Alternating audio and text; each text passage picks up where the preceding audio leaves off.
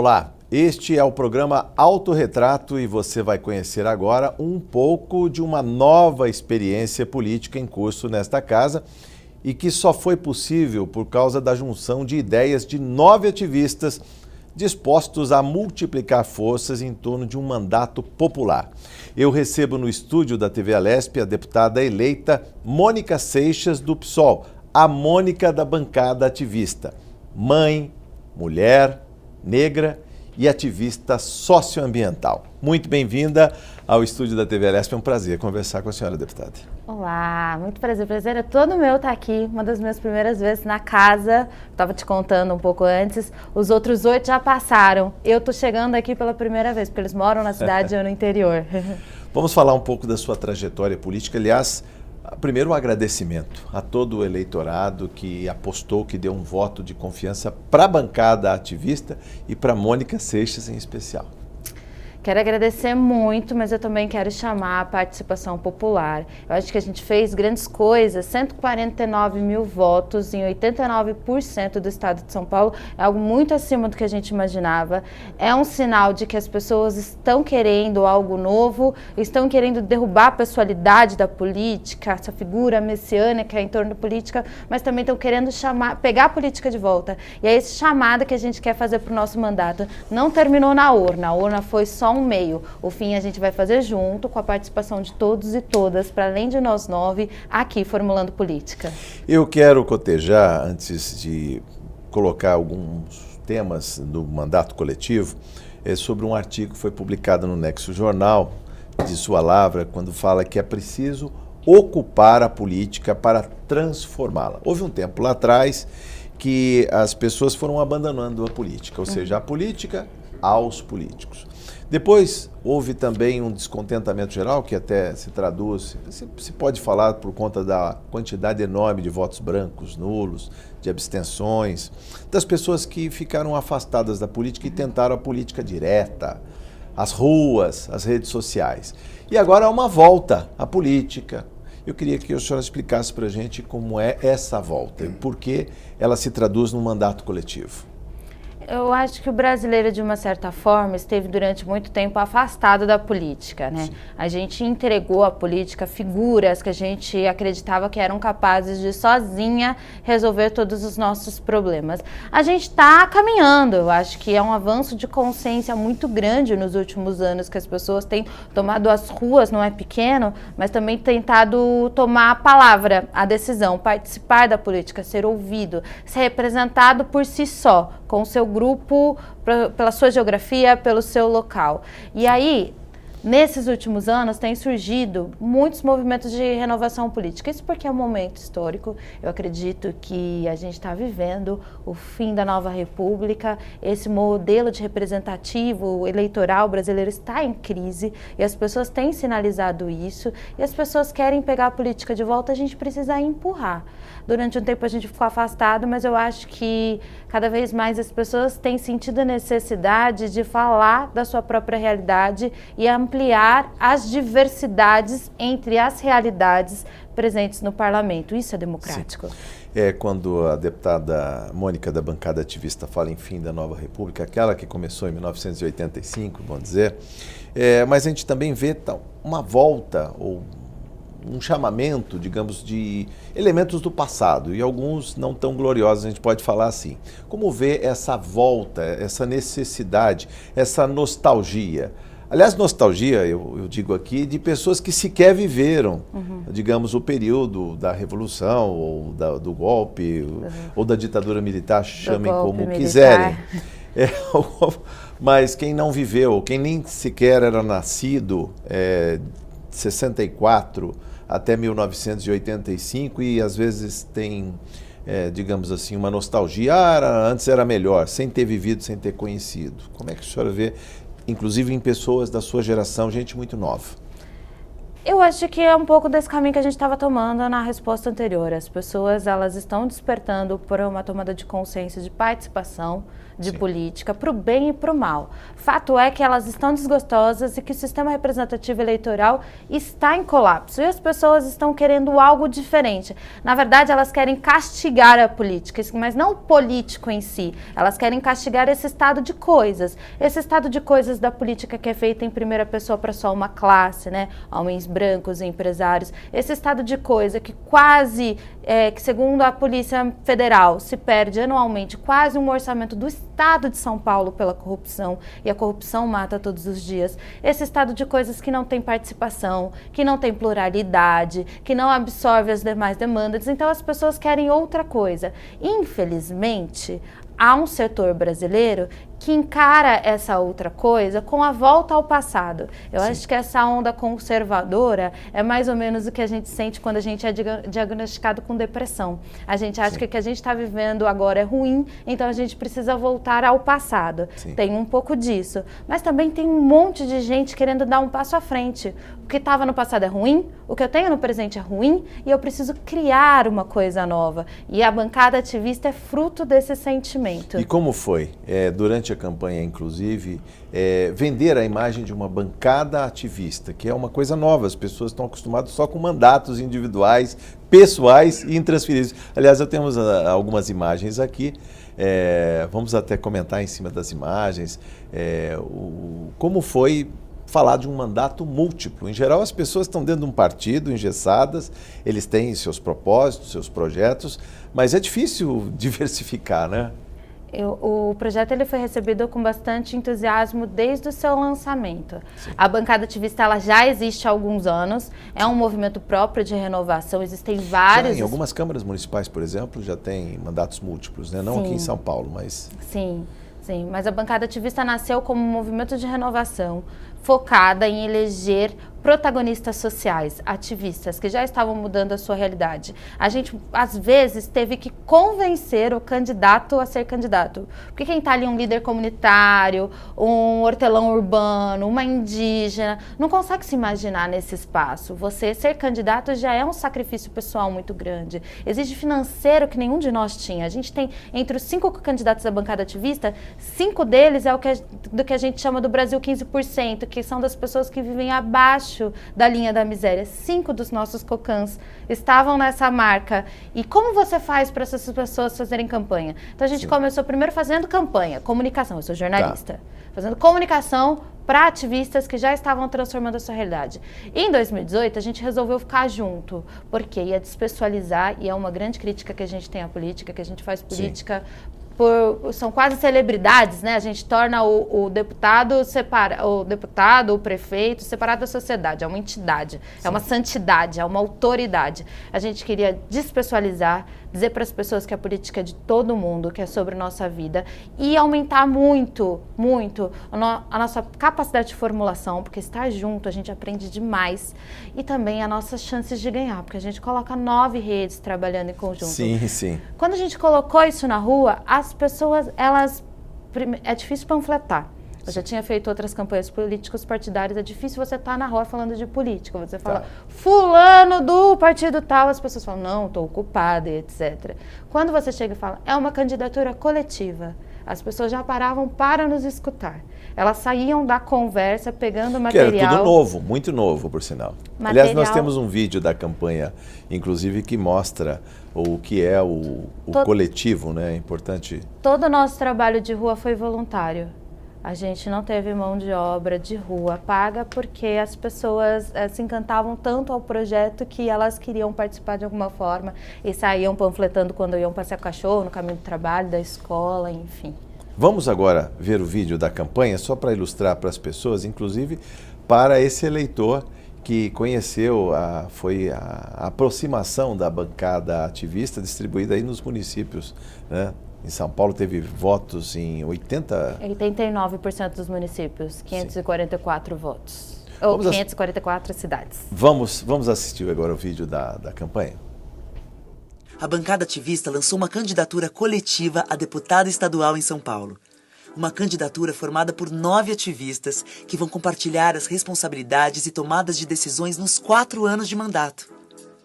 Tem a Anne, que quer mais mães na política, a Shirley, que defende a causa indígena, a Cláudia, agricultora urbana, a Érica, pelos direitos da população LGBT, o Fernando, que quer participação popular nos orçamentos públicos, o Jesus, por mais cultura nas periferias, a Paula, por uma educação mais humana, a Raquel, em defesa dos direitos das mulheres, e tem a Mônica, mãe, mulher, negra e ativista socioambiental. No dia 7 de outubro, ao teclar 50900 na urna eletrônica, vai aparecer o rosto da Mônica. Mas esse voto vale por 9. E aí? Vamos juntos imaginar e fazer uma política mais diversa, coletiva e inovadora? Então vem com a bancada ativista. Pois é, deputada, como fazer uma campanha mais diversa? Começa por aí, né? Inovadora e coletiva. Inovadora e coletiva. O mandato também, por consequência. Sim. Porque sim. a gente juntou... É uma extensão, porque as pessoas que votaram vão cobrar também toda essa atitude no mandato agora, né? Sim. Porque uma coisa é campanha. Sim. Outra coisa é tocar na realidade, mas Sim. que já está se dando há um tempo. A gente começou o preparativo para essa candidatura um ano antes, no meio Sim. do ano passado, a gente já estava com tudo pronto, enfim, a gente vem convivendo há muito tempo. Tá. E a gente acabou dando um jeito de colocar dentro da Assembleia Legislativa em uma só vez tudo que estava de fora. Sim. Todos os debates que comumente a gente não encontra nessa casa. Então a gente vai ter agricultores conversando com LGBTs, conversando com indígenas, conversando com pobres periféricos, negros, negras, as crianças. A gente também tem uma atenção especial para a primeiríssima infância, né? As crianças Sim. até 5 anos representadas na figura da Anne, todos juntos criando soluções políticas e defendendo como serão as votações nesse mandato. Então eu acho que também supre uma necessidade das pessoas colocarem uma representatividade aqui dentro, de colocarem debates aqui dentro de uma só vez, em um só mandato. Como é trazer a novidade para uma casa de 183 anos, que também é muito engessada, né? Eu digo isso porque para usar a tribuna regimentalmente por um tempo determinado, pequeno expediente, grande expediente, pedir a palavra, fazer, por exemplo, uma obstrução. Como vai ser a divisão de tarefas? Já se sabe que a ocupação, não só da política, mas do próprio gabinete, a recepção das pessoas que vão trazer suas demandas, parece que já está bem orquestrado isso aí. Já sim. Oficialmente eu me chamo de porta-voz do coletivo, justamente por isso, porque só eu poderei estar no plenário. Mas eu estarei no plenário de posse das informações e decisões que a gente vai definir em conjunto no gabinete. Tá. Eles serão todos registrados como assessores parlamentares, isso dá um certo trâmite, acesso aqui à casa para participar, enfim, de outras estruturas para além do plenário. Você que está na casa aqui há muito tempo, estava me contando que hoje tem 200 e não sei quantos itens em pauta. 295 para ser mais preciso. Na pauta. Boa parte vetos, deputada.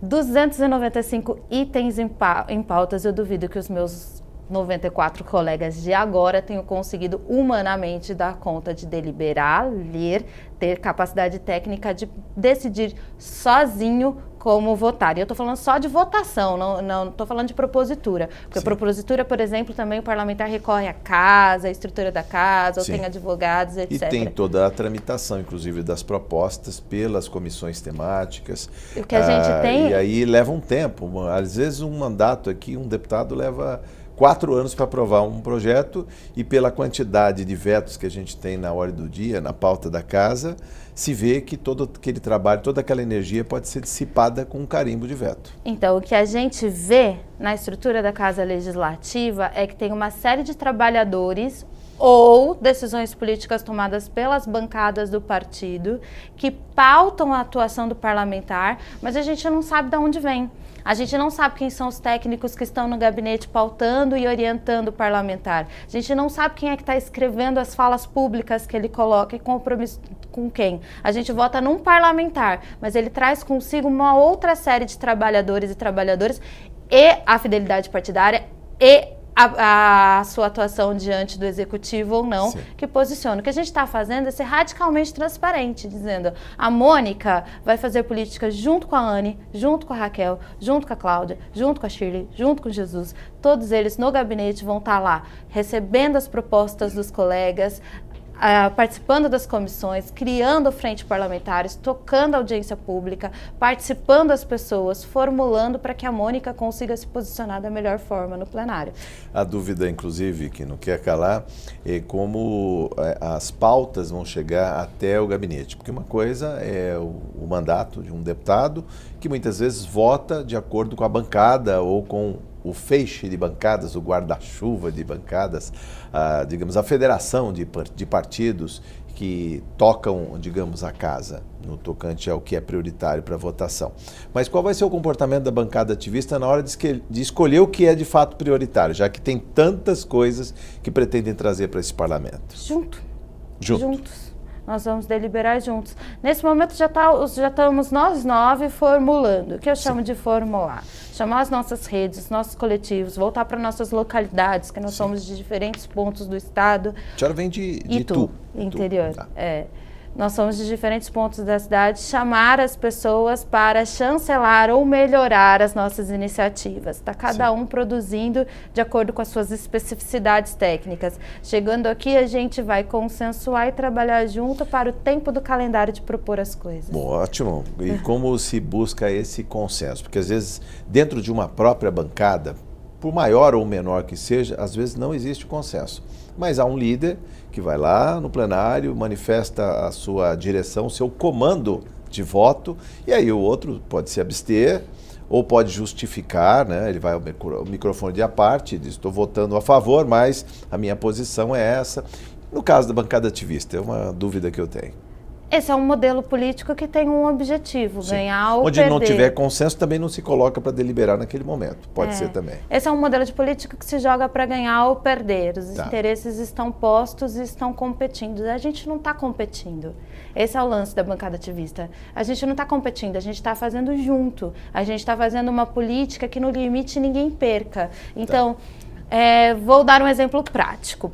A Cláudia está formulando junto comigo um novo plano estadual de saneamento básico, uma nova política estadual de saneamento básico, para tentar atualizar.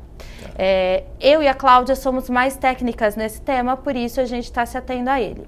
Quando a gente terminar, a gente vai trazer para o grupo. Poucos ali terão condições ou não de melhorarem, porque vem de outras áreas técnicas, de outros segmentos. Mas a gente esbarrou na Pancará, uma indígena, que versa sobre indígenas em territórios urbanos, que está situada no Jaraguá, aqui em São Paulo. Sim. A Shirley veio nos colocar que os indígenas em território urbano precisam de saneamento básico, porque eles estão vivendo muito precarizados em territórios muito pequenos, porque a cidade está invadindo a aldeia.